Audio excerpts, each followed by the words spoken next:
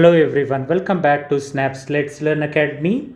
In previous lecture we had discussed about the process states. Now in this lecture we will understand the process control block.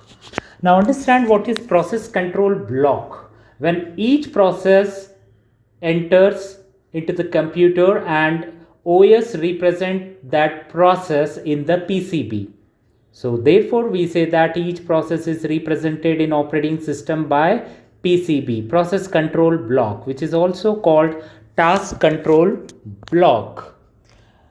Now in the PCB, this is the PCB, process control block. In this process control block, this PCB contains many pieces of informations which is associated with a specific process. For example, process ID. Now the process ID is a unique identification of the process. So every process is having a unique identification number which is called PID. So already we have discussed, and I have already shown the graphic. I have shown the snapshot. In that I have shown process ID in task manager in the first lecture of the process management, that is process and threads lecture. Process ID, so it is a unique identification of the each process in the operating system. Now thereafter we have process state. Process state, already previous lecture we have discussed about the process states. So the process state is nothing but the process state defines current activity of the process, whether that process is running or waiting or ready or just it is created newly. So whether it is a new process or it is running process or waiting process or terminated process. Okay, so the process state and program counter. So the program counter is the counter which indicates the address of the next instruction to be executed for this process. So what instruction should be executed next, and if that next process or the next instruction being executed, thereafter which one has to be executed. So how many has to execute, what after what has to be executed, right? So which one after what instruction need to be executed. So all these information is provided or indicated by the program counter. So therefore this program counter, we say that it indicates the address of the next instruction. So where the next instruction is in memory and it should which one should execute. Okay, the next is the CPU register. The CPU registers vary in number and type depending on the computer architecture. They include accumulators, index registers, stack pointers, and general purpose register, or any conditional code information. Along with the program counter, the state information must be saved when the interrupt occur. So we will talk about that interrupt later, to allow the process to be continue correctly afterward when it is rescheduled to run. It means that the CPU register play very vital role, and also whenever interrupt occurs, so during interrupt occurs, whenever the currently executed process need to be resumed for a while, then this CPU register has to store the current information. They must save the current information when the interrupt occurs and allow the process to continue after the interrupt completes. So this is the use of the CPU register. We will understand by example. A CPU scheduling information. What happens in this scheduling information of the CPU? It includes a process priority. CPU scheduling information means CPU scheduling means we have to select one of the scheduling algorithm. So pointer to scheduling queues and any other scheduling parameters are there. So we need to describe here. That is the process scheduling, right? So process scheduling, whether we are having the round robin scheduling, shortest job first scheduling, or first come first serve CPU scheduling. So which scheduling we are using, so that information we need to provide here. And also there is a memory management information.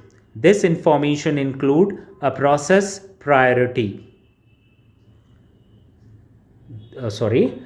This memory management may include such items as the value of the base and limit register. Base and limit register means where to start, where to end. What is the limit register?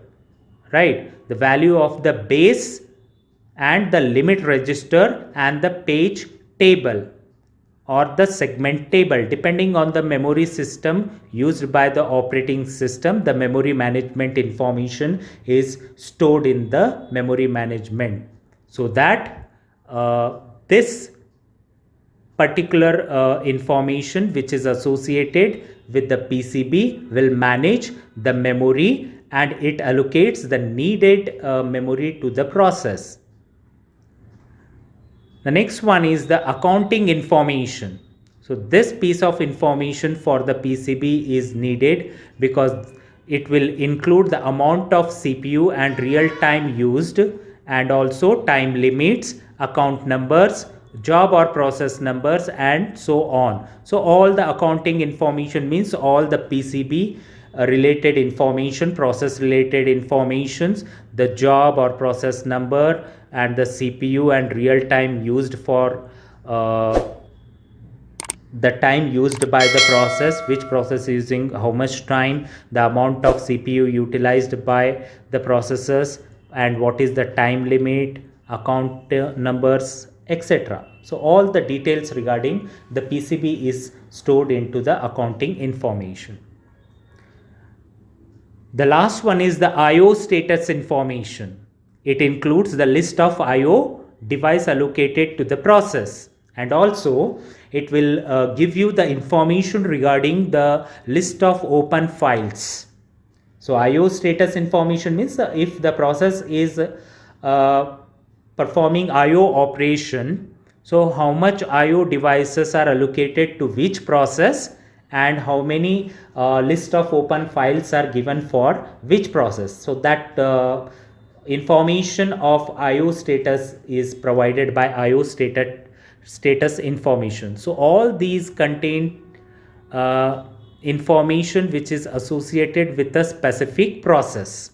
So one process, how much IO status information is used, how much program counter or CPU register, or that process is in which state, which CPU scheduling it is using, what is the memory, so the base memory, limit memory, everything regarding the process is described by all these piece of informations of the PCB.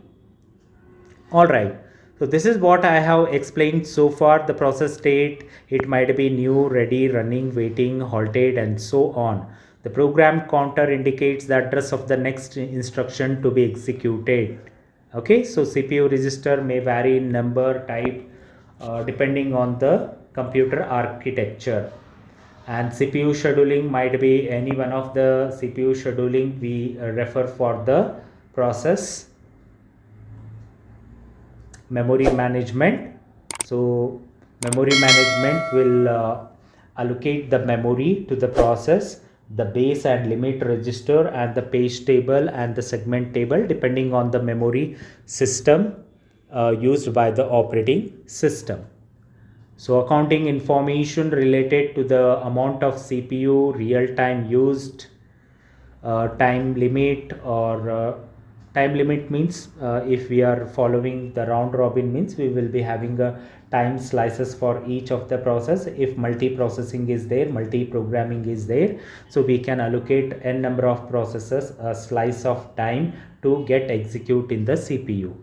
So that all kinds of information is maintained in the accounting information. So IO status will give you the information regarding the IO devices allocated to the process and also the list of open files. So this is all about what we have discussed this so far. So hope you have understood this PCB.